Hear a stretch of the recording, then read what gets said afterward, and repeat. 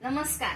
चला चला हो संत गजानन बाबाच्या पालखी सोबत पंढरपुरा जाऊ, जीवाच्या जीव लगा भेटू. एकदा मी माझ्या आजोबांसोबत आषाढी एकादशीला पंढरपूरला गेली होते.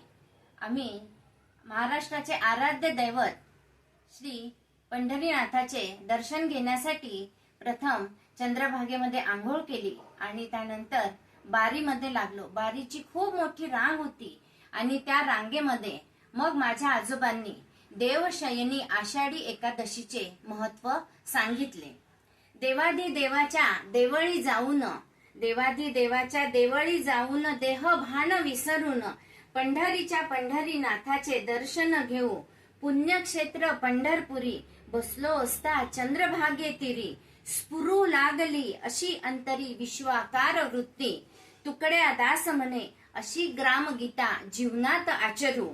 वसुदेवकी नंदनाचा विद म्हणजे ज्ञान आणि ठोंबा म्हणजे मूर्ती. अशा ज्ञानमूर्तीला भक्तांच्या हाकेला ओ देणारी विठू माऊ लीला बजू.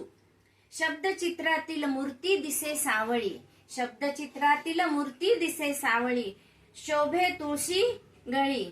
अशा हरीस मनात साठवून श्रीकृष्णाने युधिष्ठिराला व ब्रह्मदेवाने नारद मुनीला सांगितलेले एकादशीचे महत्व स्मरू. यदुनंदन नारायण आठवून आदर्श राजा मंडताच्या राज्यात दुष्काळ पडला तेव्हा अंगिरस ऋषींनी सांगितलेले एकादशी व्रत केल्याने खूप पाऊस पडला व शेतकरी राजा सुखावला. ही कथा आठवू.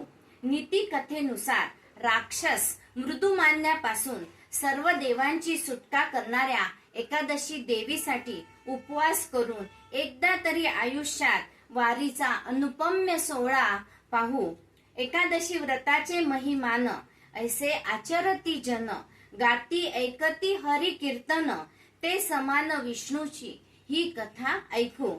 आषाढ महिन्यातील शुक्ल पक्षात भगवान विष्णू क्षीरसागरात शेष नागावर झोपी जातात. तेव्हापासून चातुर्मासाला सुरुवात करू. पद्मनाभाला वंदू. शास्ती म्हणून या 4 महिन्यात पावसाने आजार होऊ नये यासाठी खाण्यापिण्याची आरोग्याची काळजी घेऊ आणि पायी चालण्याचे महत्व समजून भगवान शंकराची आराधना करू.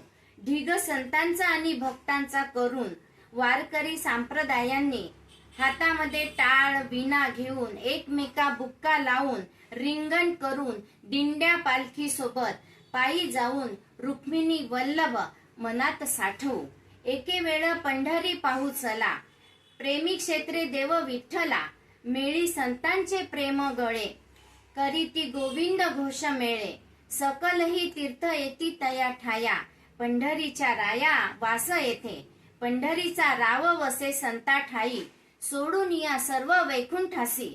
असे ज्ञानेश कन्येचे भक्ती साधकांना दिलेले आग्रहाचे निमंत्रण स्वीकारू. कानडा विठ्ठला आठवून आषाढी एकादशी नामा होता उपवाशी. देवे गरुड धाडीला वेगे बोलाविले त्याला. राही म्हणे पांडुरंगा कोणा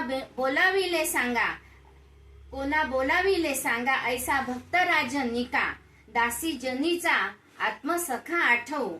दखल पांडुरंगाची घेऊन रुसलेल्या रुक्मिणीला दिंडीर वनात शोधण्यासाठी आलेल्या श्रीकृष्णाला मातृपितृभक्त पुंडलिकाने 28 युगे विठेवर उभे ठेवले.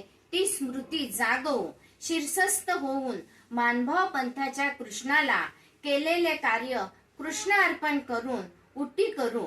बारे पांडुरंगा केव्हा भेट देसी झाले मी परदेशी. तुझ विन सखा मज नाही. वाटते चरणी घाली मिठी. ओवाळावी काया चरणावरुनी. केव्हा चक्रपाणी भेटशील असे म्हणे पांडुरंगाची सखू. जय जय राम कृष्ण हरी. जय जय राम कृष्ण हरी.